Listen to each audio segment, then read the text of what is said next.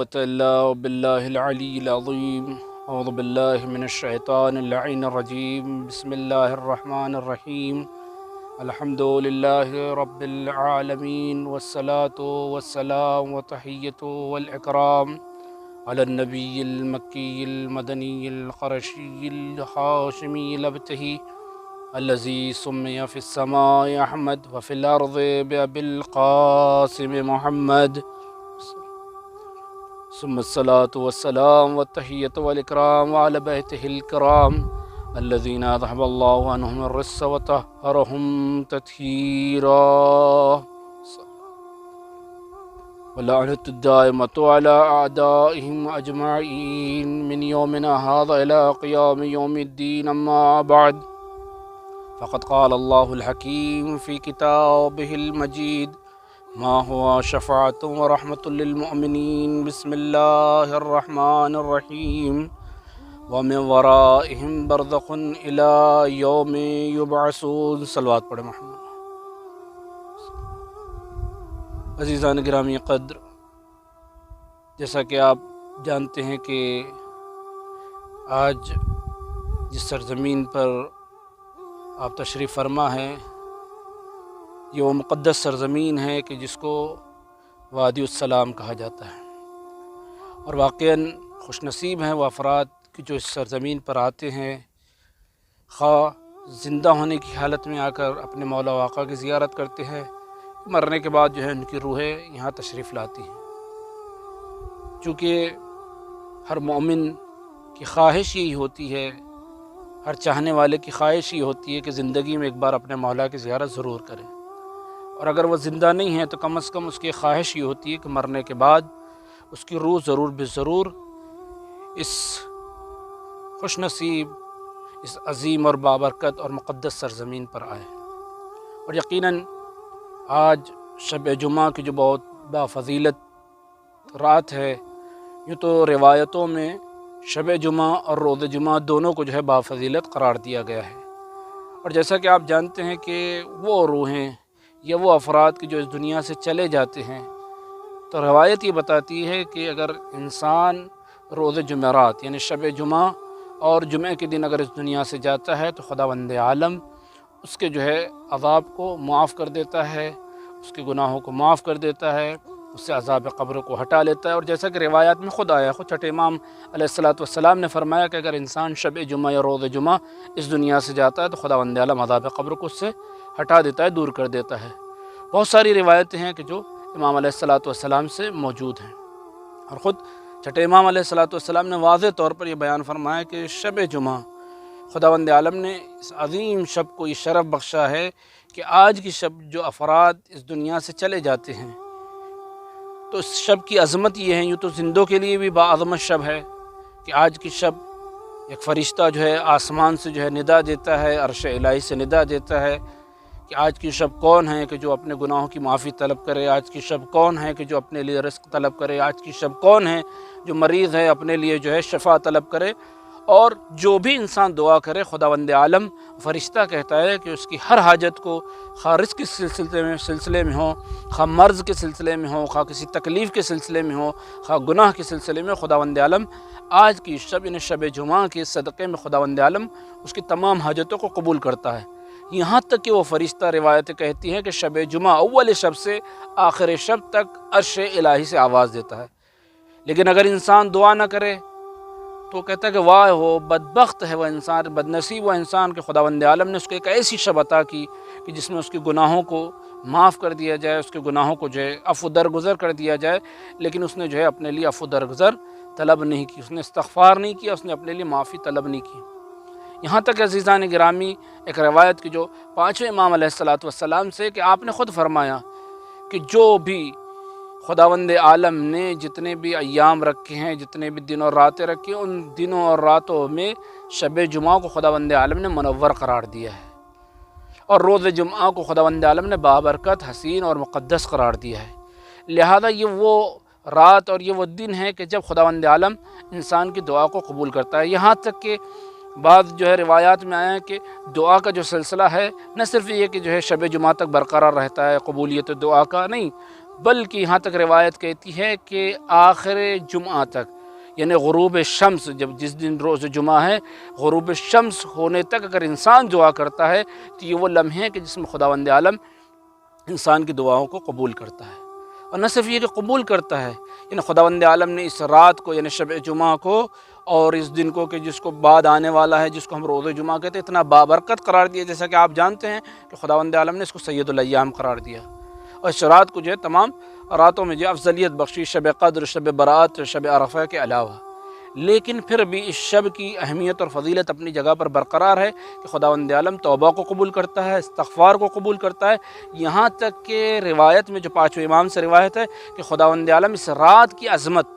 اور اس رات کے صدقے میں خداوند عالم بہت سے لوگوں کو جہنم کی آگ سے آزاد کرتا ہے۔ اسی لیے روایت میں جو پانچویں امام سے روایت ہے، چھٹے امام سے روایت ہے کہ خداوند عالم یہاں تک کہ کئی افراد کو عذاب جہنم سے اور عذاب سے، جو قبر کا عذاب ہے، اس سے جو ہے خداوند عالم آزادی، بخشش، اور خداوند عالم اس کو جو ہے نجات عطا کرتا ہے اگر کوئی شب جمعہ اس دنیا سے جاتا ہے یا روز جمعہ اس دنیا سے جاتا ہے۔ اسی لیے روایات میں جو ہمارے ذکر ہوا ہے، چونکہ ہم وادی السلام میں ہیں اور یہ بہت ہی بابرکت زمین ہے، اور اس کی عظمت اور اس کی فضیلت کے لیے اتنا ہی کافی ہے کہ یہ انبیاء کی سرزمین ہے۔ آپ دیکھ رہے ہیں کہ چاروں طرف قبریں ہی قبریں ہیں، انبیاء علیہ السلام یہاں مدفون ہیں، اولیاء خدا مدفون ہیں، مومنین موجود ہے، اور یہ دنیا کا واحد عظیم قبرستان ہے کہ جہاں خداوند عالم نے اکثر انبیاء کو یہاں دفن ہونے کی اجازت دی ہے۔ اور نہ صرف یہ کہ دفن ہونے کی اجازت دی ہے، بلکہ جیسا کہ جناب ابراہیم علیہ السلام نے جب اس زمین کو خریدا تھا تب بھی بیان فرمایا تھا، مولا امیر المؤمنین علیہ السلام نے بھی ایک روایت میں بیان فرمایا کہ یہی وہ سرزمین ہے کہ جہاں روز قیامت 70,000 افراد جو شہداء جو ہے بلا حساب مشہور ہوں گے، یعنی یہ وادی السلام کی عظمت ہے۔ اور یہی نہیں بلکہ مولا امیر المؤمنین علیہ السلام نے اس کی فضیلتوں کو بیان کرتے ہوئے ایک کتاب ہے فضل الکوفہ و فضل اہلہا، اس میں مولا امیر المؤمنین سے ایک روایت ہے کہ یہ وہ سرزمین ہے، یعنی یہ وادی السلام کہ جہاں آپ بیٹھے، وہ سرزمین ہے کہ جو مومنین کی روحوں کے اجتماع کا مرکز ہے، مومنین کی بہترین، مولا فرماتے آرام گاہ ہے، مومنین کے سکون اور راحت کی جگہ ہے۔ اور اس کے بعد مولا امیر المؤمنین یہ تمام چیزیں جب بیان کر دی کہ مومنین کی بہترین اجتماع گاہ، بہترین آرام گاہ، بہترین سکون کی جگہ اور مومنین کی بہترین مکان، اور اگر کوئی مقام ہے تو یہ وادی السلام ہے۔ اس کے بعد مولا نے دعا کے لیے ہاتھ بلند کی اور فرمایا اللہم اجعل قبری بہا، کہ پروردگار میری بھی قبر اسی سرزمین اور اسی مقام اور اسی مکان پر قرار دے۔ تو یہ وادی السلام ہے۔ اس کی عظمت کو اگر آپ کو سمجھنا ہے تو چونکہ جو لوگ یہاں مدفون ہیں، آپ جانتے ہیں کہ چند افراد وہ ہیں کہ جن سے خداوند عالم عذاب قبر کو ہٹا لیتا ہے۔ آپ جانتے ہیں کہ فشار قبر کی کتنی تکلیف ہوتی ہے، فشار قبر میں کتنی مصیبت ہوتی ہے، فشار قبر میں جو ہے کتنی اذیت ہوتی ہے۔ اس کا روایات میں آپ نے علماء سے سنا ہے کہ بڑی تکلیف ہوتی ہے۔ 3 موقع ایسے کہ جب انسان کے اوپر بہت سرسخت ہیں، بہت زیادہ مشکل ہے کہ جو روایات میں موجود ہے۔ ایک جب موت کا فرشتہ اس کے پاس آتا ہے، دوسرا موقع کہ جب انسان کو قبر میں اتارا جاتا ہے، اور تیسرا موقع جب انسان قبر کی تنہائیوں میں اکیلا ہوتا ہے۔ قبر کی تنہائیوں میں انسان جو ہے بالکل تنہا ہوتا ہے، کوئی موجود نہیں ہوتا، کوئی یار و مددگار مونس نہیں ہوتا، انسان تنہا ہوتا ہے، گھبراتا ہے۔ آپ حضرات بارہا سن چکے ہیں، لیکن پھر بھی ان تنہائیوں کو دور کرنے کے لیے بہترین سرزمین ہے کہ جس کو وادی السلام کہا گیا۔ آپ اندازہ لگائیں کہ اتنی بہترین سرزمین ہے کہ یہاں دفن ہونے والا انسان عذاب قبر اور فشار قبر سے محفوظ ہوتا ہے۔ کئی ائمہ معصومین سے روایت ہے، کئی معصوموں سے روایت ہے، بالخصوص چھٹے امام سے اور جو ہے پانچویں امام سے روایت موجود ہے کہ جیسا کہ شب جمعہ کے لیے یا روز جمعہ کے لیے کہ جمعرات زوال سے لے کر جمعہ کے زوال تک اگر کوئی شخص اس دنیا سے چلا جاتا ہے تو اس سے جو ہے عذاب قبر کو دور کر دیا جاتا ہے، فشار قبر کو دور کر دیا جاتا ہے۔ اور اسی طرح سے اگر کوئی شخص وادی السلام میں مدفون ہے تو خداوند عالم اس سرزمین کی برکت سے، اس لیے کہ یہ وہ بابرکت زمین ہے کہ جو انبیاء کی، میں نے کہا کہ بے شمار روایت ہے کہ کسی میں 700 کسی میں 7,000 تک کی موجود ہے کہ یہاں اس سرزمین پر انبیاء علیہ السلام مدفون ہیں، خداوند عالم نے ان کی آرام گاہ قرار دیا ہے۔ لہذا ان کی برکت سے، اور خود مولا امیر المومنین کہ جو شافع ہیں، جو شفیع یوم الجزا ہے، آپ کی برکت سے خداوند عالم نے چونکہ وادی السلام یعنی سلامتی اور امن کا گہوارہ اور وادی قرار دیا ہے، لہذا اگر کوئی یہاں دفن ہوتا ہے، چھٹے امام کہتے ہیں، تو خداوند عالم عذاب قبر اور فشار قبر کو اس سرزمین سے دور کر دیتا ہے۔ یعنی یہ دفن ہونے والی فضیلت ہے۔ ممکن ہے کہ اگر ہمارا کوئی بندہ، اگر کوئی برادر مومن کہ جو اپنے وطن میں اگر یہ سوچے کہ ہم تو دفن ہی نہیں ہو سکتے، ہم تو نہیں جا سکتے، نہیں عزیزو، اگر آپ کا جسم اس وادی السلام، اس پاک اور مقدس سرزمین پر نہیں آتا، لیکن پھر بھی چھٹے امام علیہ الصلوۃ والسلام کی ایک روایت ہے مروان ابن مسلم سے کہ مروان ابن مسلم امام کی خدمت میں اور آنے کے بعد کا مولا میں کوفے میں، میرا بھائی جو ہے بغداد میں ہے اور ابھی وہ مرنے والا، انتقال ہونے والا، میری خواہش ہے کہ اس کو وادی السلام میں کوفے میں دفن کیا جائے۔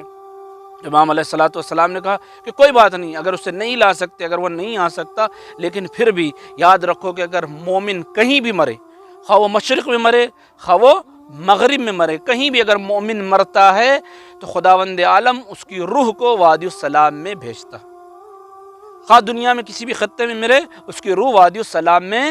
آتی ہے۔ اور اس کے بعد چھٹے امام فرماتے ہیں کہ اے مروان، اگر تم دیکھو گے کہ اس وادی السلام میں مومنین کی روحیں آپس میں حلقہ بنائے ہوئے محو گفتگو ہے، اگر خداوند عالم اجازت دیتا، اگر تم دیکھ سکتے تو تم دیکھتے کہ یہاں مومنین کی روحیں بیٹھی ہوئی ہیں اور آپس میں ایک دوسرے سے محو گفتگو ہے۔ اس روایت کو جناب شیخ طوسی نے جو ہے تہذیب میں ذکر کیا، اور یہی نہیں، مولا امیر المومنین سے بھی وادی السلام کے سلسلے میں موجود ہے۔ ایک مرتبہ صحابی نے پوچھا مولا آپ کس سے باتیں کریں کہ اگر خداوند عالم تمہیں دیکھتا، تمہیں اتنی قوت اور اتنی طاقت دیتا کہ تم اسے دیکھ سکتے تو تم دیکھتے کہ یہاں جو ہے مومنین کی روحیں حلقہ بنائے ہوئے بیٹھی ہیں اور آپس میں ایک دوسرے سے گفتگو کر رہی ہیں، چونکہ تم نہیں دیکھ سکتے۔ مولا امیر المومنین باقاعدہ آتے تھے، آنے کے بعد یہاں مردوں سے گفتگو کرتے تھے اور باقاعدہ گفتگو کرنے کے بعد ان کی خبر گیری کرتے تھے۔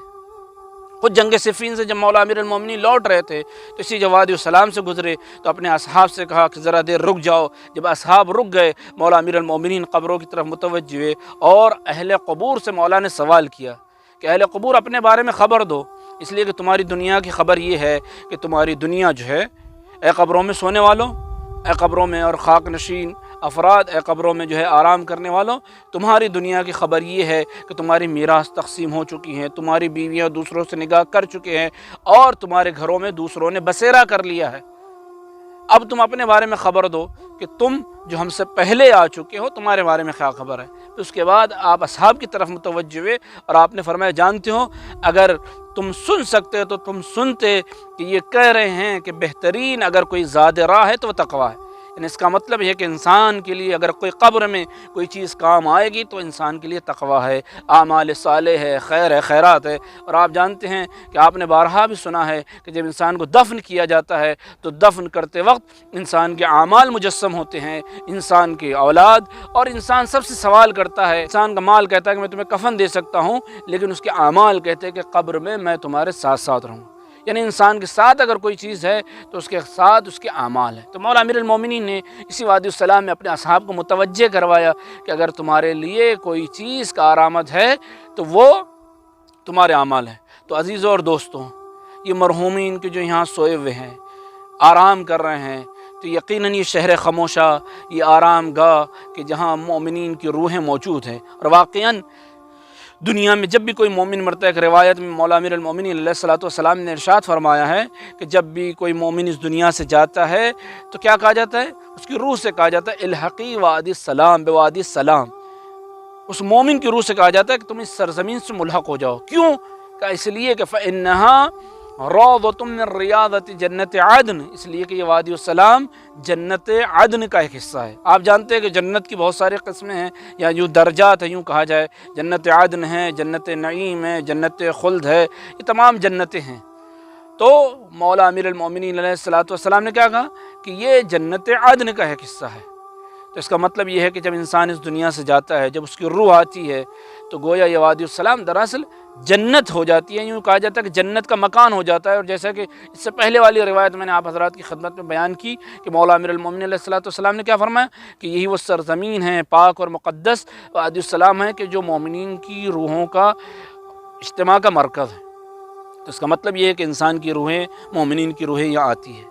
عزیزوں، یہ مومنین کی روحیں آپ سے کچھ طلب کرتی ہے، اس لیے کہ انسان زندگی میں جب ہوتا ہے، چاہے جتنا با اختیار ہو، چاہے جتنا انسان کے پاس جو ہے دولت ہو، مال ہو، طاقت ہو، قدرت ہو، منصب ہو، لیکن مرنے کے بعد یہ آج جو اس شہر خاموشاں میں، اس جو خاموش قبرستان میں یہ جو خاک نشین ہیں، یہ بہت محتاج ہیں۔ یاد رکھیے کہ ہمارا حق ہے ان پر کہ ہم ان کو یاد کریں۔ آج واقعاً اگر ہم سن سکتے، جیسا کہ مولا امیر المومنین یا چھٹے امام نے فرمایا، اگر ہم ان کی آواز کو سن سکتے تو یقیناً یہ ہم سے کہہ رہے ہیں کہ ہمارے لیے کچھ دو۔ بہت ساری روایتیں ہیں کہ جس میں یہ کہا گیا ہے کہ جب شب جمعہ آتی ہے، چونکہ آج شب جمعہ ہے، کہ مومنین کی روحیں اپنے اپنے عزیز اور اپنے اپنے اقارب کے گھروں پر خداوند عالم کی اجازت سے تشریف لاتی ہیں، اور لانے کے بعد ان سے کیا طلب کرتی ہے؟ آپ سے مال و دولت طلب نہیں کرتی، بلکہ ایک مرتبہ مشہور جو روایت موجود ہے کہ پیغمبر اکرم نے اپنے اصحاب کو جمع کیا، اور جمع کرنے کے بعد ایک مرتبہ فرمایا اہدوا لموتاکم، اپنے میت کو گفٹ دو، اپنے میت کو کوئی ہدیہ دو۔ تو اصحاب نے پوچھا یا رسول اللہ، ہم اپنے عزیزوں کو، رشتہ داروں کو، مرنے والوں کو کیا ہدیہ دے؟ پیغمبر نے کہا جو چاہے دے سکتے ہو، اگر ایک روٹی کا ٹکڑا دے سکتے ہو تو دو، ایک کپڑے کا ٹکڑا دے سکتے ہو تو دو، ایک فاتحہ جو بھی دے سکتے ہو، ایک درہم دے سکتے ہو تو کم از کم اپنے عزیزوں کو ہدیہ دو۔ آپ سوچئے کہ انسان کتنا محتاج ہو جاتا ہے، جو دنیا میں بڑا دولت مند تھا، صاحب منصب تھا، صاحب قدرت تھا، آج وہ ایک روٹی کے ٹکڑے کا محتاج ہے، آج وہ ایک درہم کا محتاج ہے۔ جو انسان کبھی جس کے ماتحت ہزاروں افراد تھے، جو ہزاروں لوگوں کو کھلاتا تھا، جو ہزاروں کا مالک تھا، کروڑوں کی ملکیت اس کے ہاتھوں میں تھی، آج وہ ایک درہم کا، ایک روٹی کے ٹکڑے کا محتاج ہے۔ لہذا اس کے بعد روایت کہتی ہے فبکا، پیغمبر اکرم رونے لگے، بکا ان شدیدہ، اتنا روئے کہ کہتے ہیں کہ آنسو سے آپ کے جو ہے رخسار مبارک تر ہو گئے، اور یہاں تک کہ آپ کی جو ہے آواز نہیں نکل رہی تھی، جیسے کہ روایت کہتی ہے۔ اور اس کے بعد پیغمبر اکرم کہتے ہیں کہ یہ اتنے محتاج ہے کہ جب یہ شب جمعہ تمہارے گھروں پر آتے ہیں تو روتے ہوئے یہ آواز لگاتے ارحموا علینا اعطفوا علینا، ہم پر رحم کرو، ہم پر عطف کرو، جو بھی ہو سکتا ہمارے لیے کچھ ہدیہ کرو، جو تم سے ہو سکتا ہے۔ تو عزیزو، شب جمعہ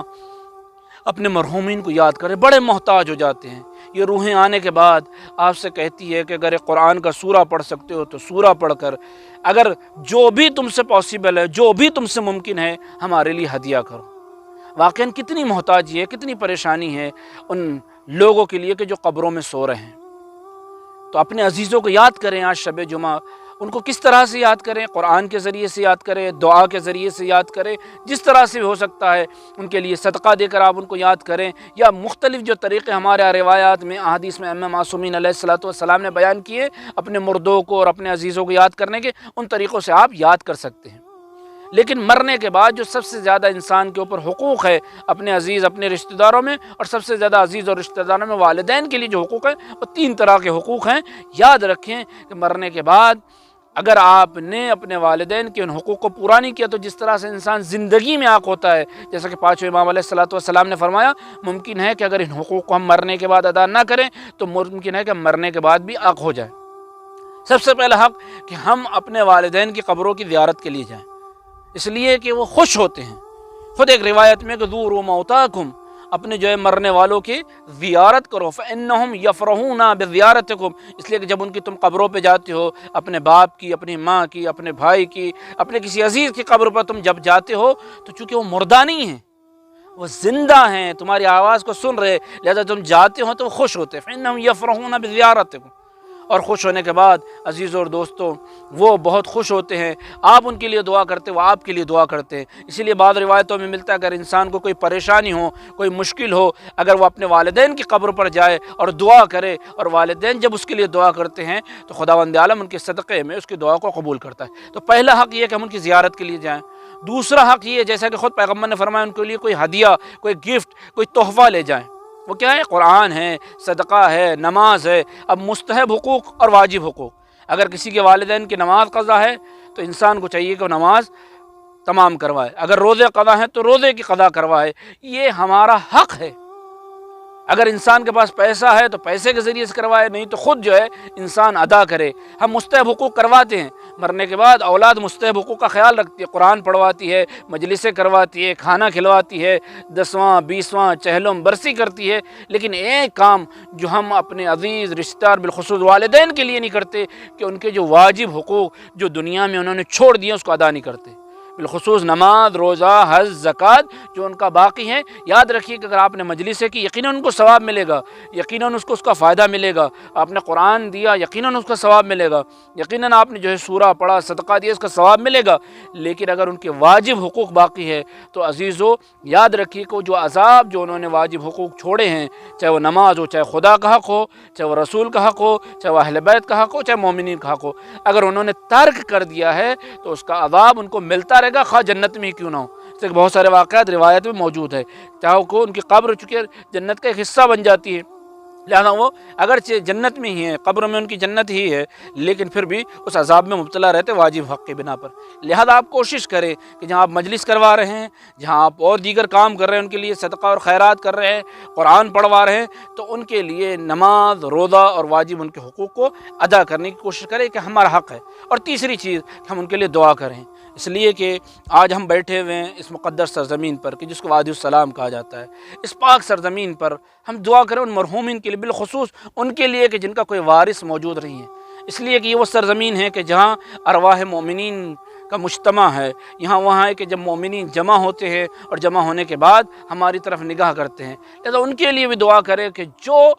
بیچارے اس دنیا سے جا چکے اور ان کا کوئی وارث، کوئی ان کا رشتہ دار، ان کا کوئی عزیز موجود نہیں ہے، تو عزیزو اپنے مرحومین کو یاد کرے، بالخصوص شب جمعہ میں ان کو فراموش نہ کرے، اس لیے کہ بڑی بابرکت شب ہے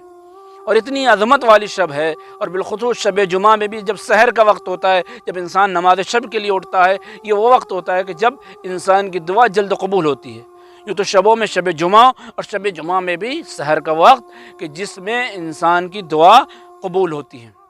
جیسا کہ روایات میں بھی آیا ہے کہ وہ بالاسحار ہم یستغفرون کے ذیل میں آیا ہے کہ یہ سحر کا وقت وہ ہوتا ہے کہ جب انسان کی دعا جلد مستجاب ہوتی ہے. اس لیے کہ ساری دنیا سوئی ہوتی ہے، انسان اپنے رب کی بارگاہ میں کھڑا ہو کر آواز دیتا ہے، ساری دنیا سو رہی ہے، پروردگار میں تنہا ہوں، انسان کی دعا جلد قبول ہوتی ہے.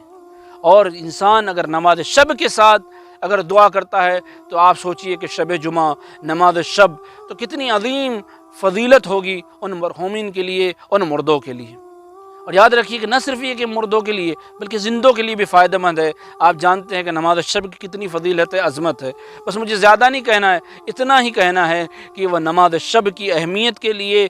جو نہیں پڑھتے وہ یاد رکھ لیں، اتنا ہی کافی ہے کہ امام حسین علیہ السلام نے اپنی بہن جناب زینب صلوات اللہ علیہا سے کیا فرمایا تھا. آخری وقت تھا، آخری وصیت بھائی نے کیا کی کہ اے بہن زینب، یا اختہ لا تنسنا فی صلاۃ اللیل، اے بہن زینب اپنے بھائی کو نماز شب میں کبھی فراموش نہ کرنا. عزیزو ذرا تصور کرے امام حسین علیہ السلام کہ جن کی کوئی نماز حتیٰ کہ نماز شب قضا نہیں ہوئی، انہیں پتہ ہے کہ زینب علیہ مقام بھی کہ جن کی کبھی نماز شب قضا نہیں ہو سکتی، چاہے جتنی بھی مصیبتیں گریں، چاہے جتنی بھی اذیتیں ہوں، چاہے جتنی بھی تکلیفیں ہوں. اسی لیے تاریخ یہ کہتی ہے کہ جب سب قتل ہو گئے، جب سب شہید ہو گئے، اعزاء، انصار، اصحاب سب شہید ہو گئے، یہاں تک کہ امام عالی مقام بھی شہید ہو گئے، اب کوئی باقی نہ تھا. اللہ اکبر. رات کی تنہائی،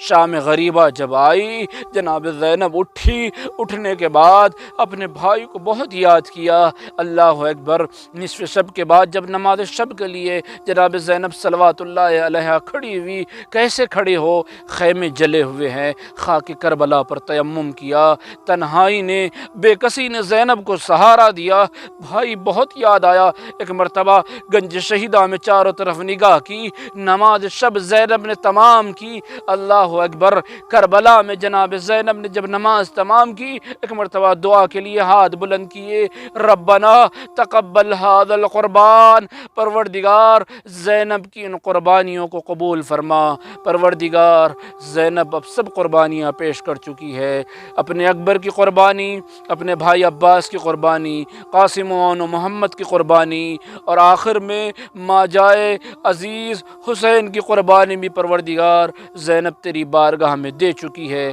لہذا پروردگار زینب کی اس قربانی کو قبول فرما. انا للہ و انا الیہ راجعون. سیعلم الذین ظلموا ایام قلبی ینقلبون، رضا بقضاہ و تسلیما لامرہ.